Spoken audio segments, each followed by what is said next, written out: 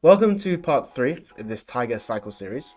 In this part, we're going to go through the back legs and then work together with the hips. We'll start with the back legs because they make the most sense. They're leading the action, they're driving the action, and hopefully by the end of the video, we'll have something pretty good. If you haven't already, please do subscribe to the channel. Leave a comment down below of what you're working on right now. And if you do want to leave a like as well, I'll be really grateful because I'm really trying to get monetized, up the quality of my videos as well. So hopefully if you do subscribe, it'll be worth your while. Thanks for watching and let's get into the video. Okay, here we are in Maya and let's work on the back legs first. So this is what we have so far, which is the hips and the chest kind of moving okay. They're not polished, but they're okay. And the legs with a similar kind of tempo what we want, but let's work on them and make them a bit more polished. Let's start with this hind legs then. So let's go to frame 1, see what's happening here. So frame 1, zoom in a little bit. Frame 1, we have this leg is kind of peeling off the ground. I'm actually going to start with this leg on this side. This is the one that's already planted, so it's a bit easier to follow. So this leg and this one here, this is the position. So it's going to stay here, and about frame 11, that's when it starts to peel off, right? So let's work on this pose a bit better. So let's make sure that up until frame 10, let's set a key, and I want to actually put this all back to 0 on frame 10. So it might be slightly broken, but actually it's okay right now. But the reason it's overextended is because of the hips. So let's look at the hips and see what they look like. Okay, this is the down pose for that. Ooh, wrong one. There we go. Get this in. This is the down pose for the TY.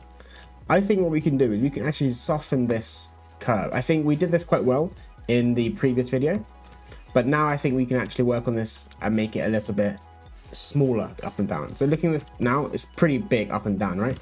So I think what we can do is we can take this whole curve, and like yesterday I had this 1.2 and 0.8 scaling. So I'm going to edit, I'm going to scale, and my box is over here somewhere. Oh, where's it gone? Edit and scale box. There we go. And I want 0.8 and hit apply. And maybe one more time. Let's play this now. So look at this from the side.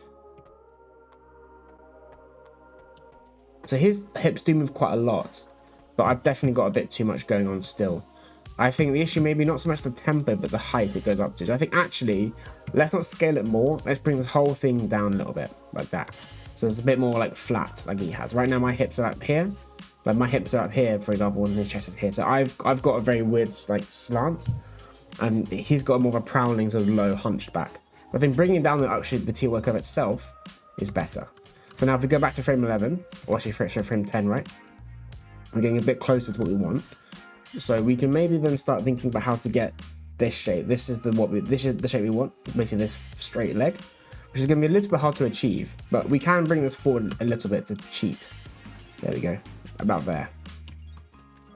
So I think that's as good as we have so far. Let's just play this back now. There's a pop here, of course, because of frame 11. We'll fix that in a second. Yeah, okay, so that's good. And then let's frame 11 as well. Let's also bring this forward. And maybe what we can do for the spacing is bring this back a tiny bit more. Just, you see how it pops here like this? That's when it like becomes hyperextended. We don't want that. So let's try and bring it back to the point where it's the least amount of, yeah, about there. And now let's use a little bit of ball lift maybe as well. He's going to start to peel off, right? He's going to start peeling off the ground. Like he's going to actually peel off his toes. Or, yeah, his toes. So there's a little bit of ball lift. And maybe we can get this far. Bring it back a bit more. He's got a slight sort of bend now. So remember this joint here has got to be parallel. So I think maybe using the ball lift we can try and fix that. Yeah, about there. So I've got 3 for my ball lift. Yeah, about there. Let's keep this for now and see if we can change it.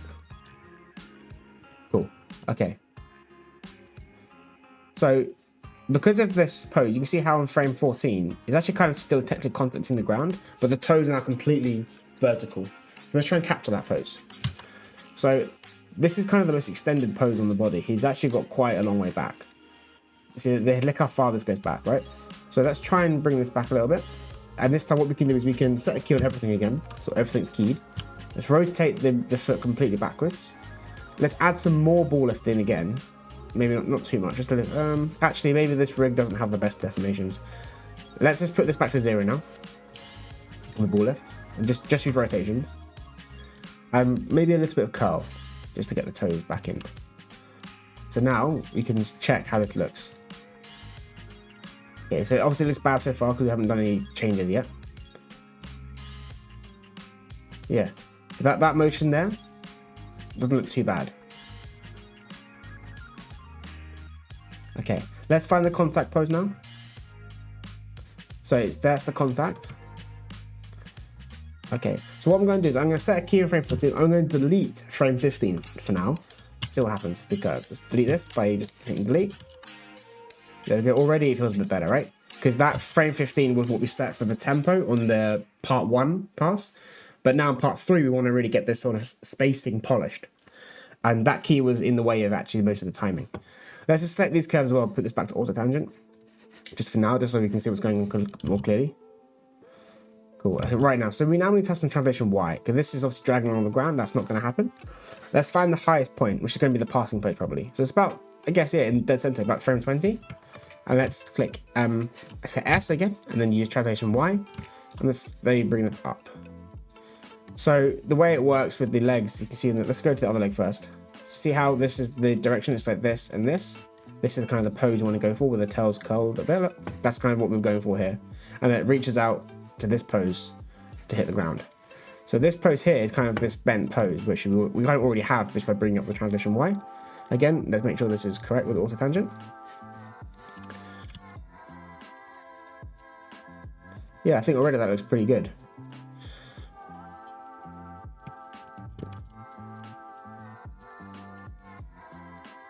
Cool.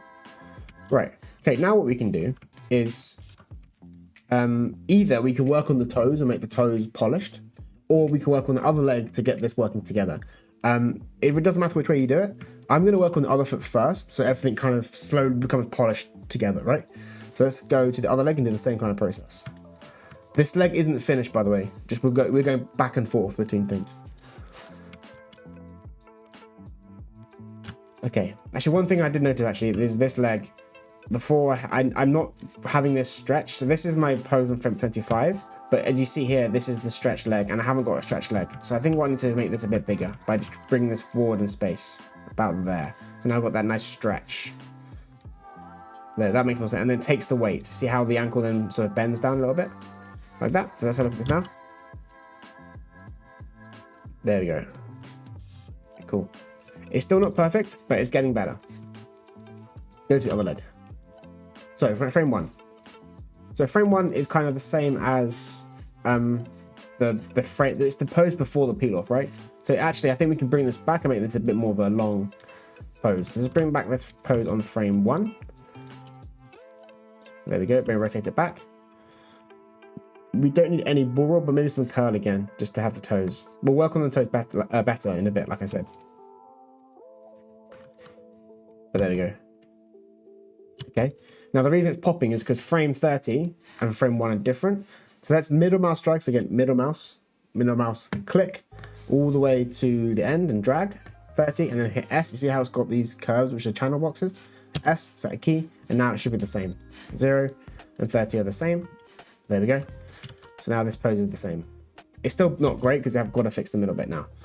Right, let's get this pose in. So this is the pose I was talking about earlier with the translation Y. And let's also get this same issue with this straight leg as well. So let's bring this forward a little bit in space. Maybe it's about there. That may be about right. We'll see in a second. Yeah, okay. Go to frame 5 or so in the middle. And let's get this translation Y curve in. Let's go to translation Y. Bring this up. And let's also set this auto tangent again. We're going to fix all these splines in a second, by the way, don't worry. I know that these, for example, this one needs to be this, but I need to, I can't talk. We need to fix all these splines with the tangent handles, but we'll do that in a little bit, just when we get the main tempo down. Okay, it's getting better, slowly but surely. Okay, so I think the same way that we can... Let's bring this back as well, because you see how it's already kind of split there. Just kind of peeling off. So I think actually we can bring this back and maybe even rotate this slightly and bring up so the toes are touching the ground a little bit. Bring this back a bit more, or maybe use some ball lift here, just to get a little bit more of the nice sort of shape in these toes. I'm going to try to connect these two sort of end poses. So frame 0 and frame 30. We need to connect these.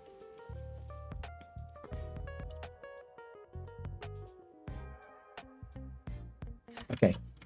Right, let's go to the middle. So frame 15. So where is he contacting the ground? He contacts on frame 10, which I've got. And then I might delete this key of frame 15 again. So just delete it, see what happens. Yeah, okay, it does that, which I thought might do, but then let's make sure these tangents are auto tangent. There we go. So now it goes back to the kind of right place. But of course, we do need to make sure that at frame, because right now the translation Y, you see how it's increasing, which is not what we want. We want it to be on the ground until pretty much the end of this cycle. So I think about frame 24, let's set another key and then put this to 0. And same with the rotation X as well, 0. There we go. So now it's going to stay on the ground. And let's also make sure again, it's in auto tangent. Okay, so let's have a look at this again. So there's issues with the tangent handles. I think the reason why it's feeling a little bit soft is because of the tangent handles. Let's have a look at this in the graph editor again. Cool. Okay, right, let's just go through this one by one. So this tangent handle, this is the translate Z, that's probably okay.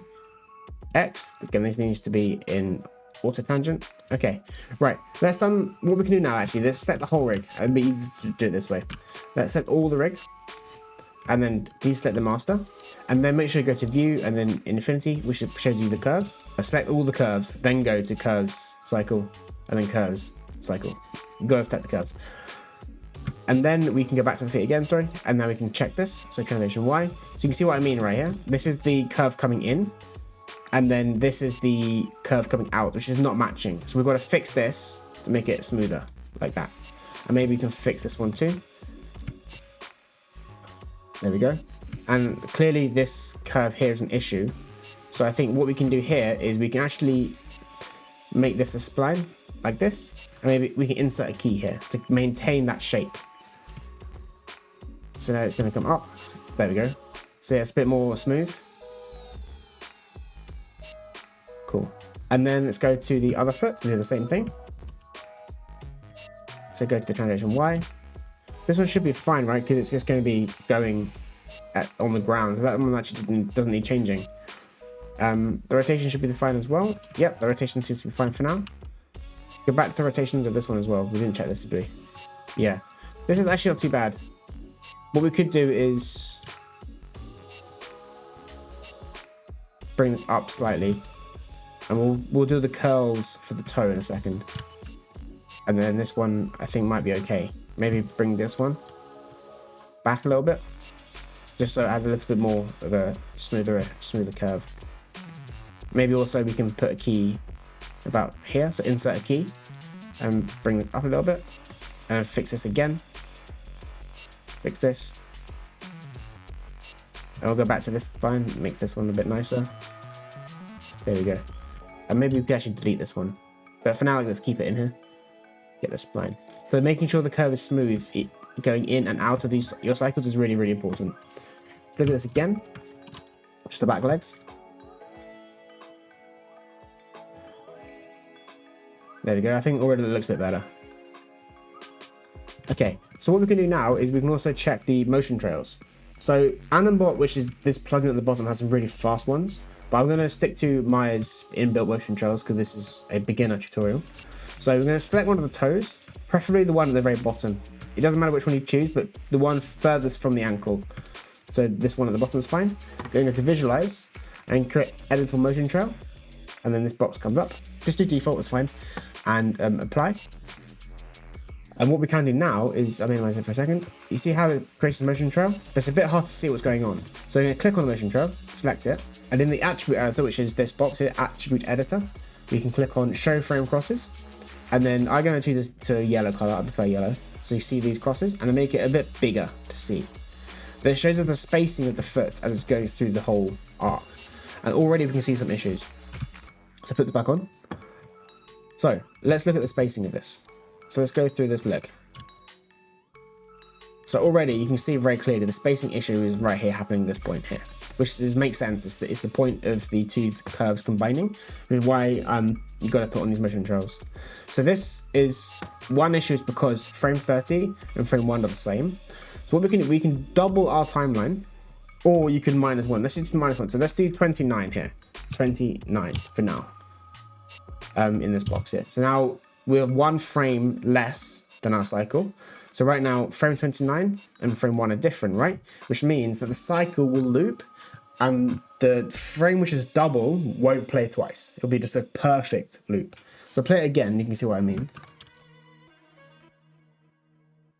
It already feels a bit smoother, right? There's no double frame. In fact, actually, I think that's nearly perfect as it is. I don't think we need to do much editing at this point. We'll polish this more later. Okay, cool. One thing I do notice though is I think actually we can have a bit more of an arc. Because right now it's going flat, which is fine, it's on the ground. Then it's up and then it's going flat. So we can make this a bit nicer by going to the translation Y. And I think we can actually bring this up a little bit more. Bring it up. Just a little bit. Maybe then bring this one down. The motion chart is a bit slow, by the way, so I would make sure your PC is not running too hot. So yeah, it's very slow to edit this. That's why I use Animate for this tutorial, because it's a bit quicker. Sorry, for my workflow, because Animate has the same thing, but it's just a lot faster. But I think for now, we can leave it at that. Now, one thing that does happen is that the toes will actually... They won't like slide in, they'll kind of go up and then sort of push down. They'll like fall on the ground essentially. Because walking is essentially falling and then you catch yourself. So I think for this curve here, what we can do, we can insert a key and we can actually bring this up a little bit. Just a little bit. And then also maybe the spline. What we can do, we can break the tangent handles. So if you right click and there'll be break, no, where is it gone? Yeah, break tangent. This from break tangents. Now it's individual handles. Make this one a little bit more linear. Maybe just actually make it completely linear like this. And you see how now this curve, you can see already in the trailer, it goes in and then kind of goes down quickly. So a little bit more natural. And now this arc, it's not perfect, but it's a bit smoother now. So I just play this back at speed now. Cool. So if we look back at our foot, see what I mean? It kind of goes in and then stomps down. So I play it again. It goes in, stomp, stomp. So that's the motion we're going for, which I think I've kind of got here. If anything, this could be a bit bigger. Maybe actually have this one go a bit higher up. Maybe this one delete this one. So I've got this nice curve here. And then I think because it's actually going to go, like if this is the floor, it's going to go, it's not going to do this, it's going to do this and then come down. We want the foot to travel forward a little bit faster. So we can go to the translation X curve now. This curve, we can insert a key. And this is the one that's going back and forth. And bring this up almost to the same value. Not quite, but nearly. You don't want it to go too far over though. Fix the spline. Just like a nice spline in. And then maybe we can delete this. What happens? Yeah, delete that one. And I think that's a lot better now.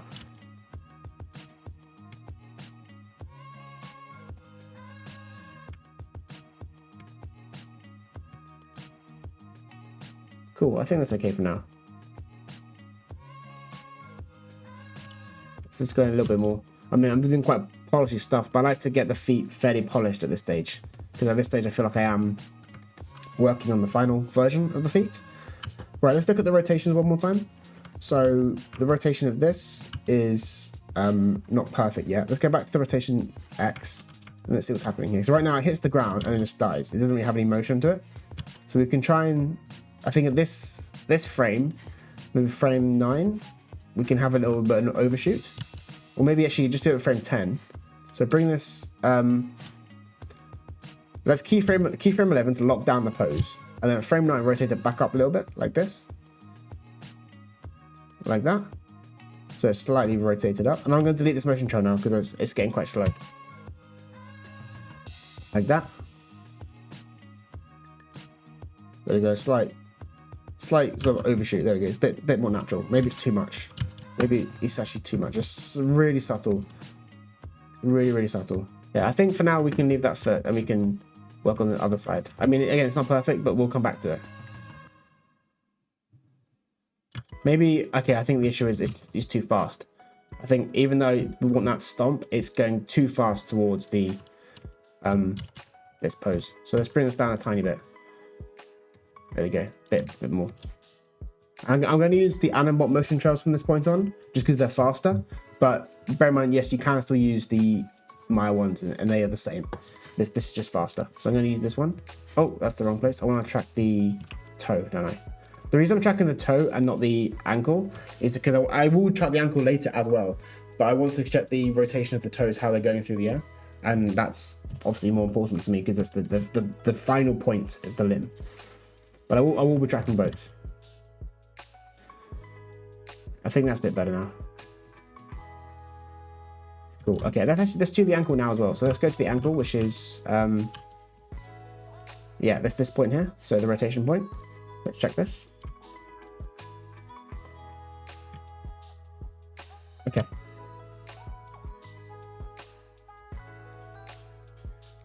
I think from this point, actually, we can have the rotation up. I think that will make it a bit easier. So let's go back to this curve now. Yeah, so they have the rotation X, overshoot, about frame 8, so it's kind of coming in, and then it's going to come down onto the ground. They don't really heel strike. Tigers, they kind of more plant their feet. They don't. Humans, they heel strike and then claps, right? They lead with the heel. Tigers don't really do that as much, but it still makes sense, anatomically speaking, to have that sort of pose. Yeah, I think that's better. Cool. Okay, I think for now we can leave that and we can move on to the other side again. Okay, what we can do to make this easier is we can flip the animation onto the other leg. So we can select this key and we're going to double click in the timeline, go right click and then copy. And maybe save your work one time just to check this doesn't fail, because this sometimes doesn't work. But then go to the other leg, go to frame 0, and we're actually going to delete all the keys after frame 0. So just delete all of this, which is why it's scary. So make sure you save your work first. Then select all your keys and then go to the timeline here and then go to paste and just paste in. And there should be identical animation. Select everything and we're going to go to frame 15, which is the middle frame of our timeline. And we're going to go to frame 15 here. And the issue we have though is one issue is that this for TX is -10, but that's also the same as this side, -10. But of course they're flipped, right? So you need to make sure that they are opposite. So go back to your pasted leg. This is the one which is too wide. Select the entire timeline for the TX curve.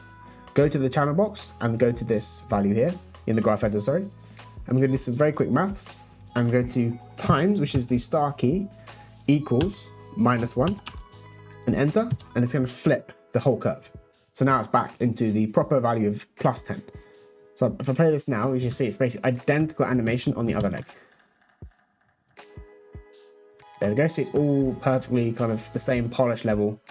Now we can tweak this later, make it a bit more like different. But for now, for this video, I think this is fine. And then maybe a polish part of this video series, we can work on making it unique. And one thing we can do to make this easier for us is we can go to frame 30 and we can set the key here. And then we can select all our controllers. And then we can go, sorry, it's all the controls after frame 30. So 30 and then all the rest. And then go to Control C. Then go to frame number 1 or frame 0 for me. Set a key. Select all these controllers. And then do Control V. Pasting it in. And then go back to these keys, delete this. And now it's back to the same timeline of 0 to 30 with the same animation. Let's play it again. It's all the same. Cool. Right, so I think for this video, we're going to stop there. And in part 4, we're going to move on to the front legs and the shoulders. And hopefully by that point, we'll have a pretty, I guess, not finished, because we'll have other things to do, but a pretty close to finished cycle. So thanks for watching. Please do subscribe and like this video, and do share this video with people who are also learning tiger animation. I hope this is useful, and yeah, I'll see you guys in part 4. Thank you. Goodbye.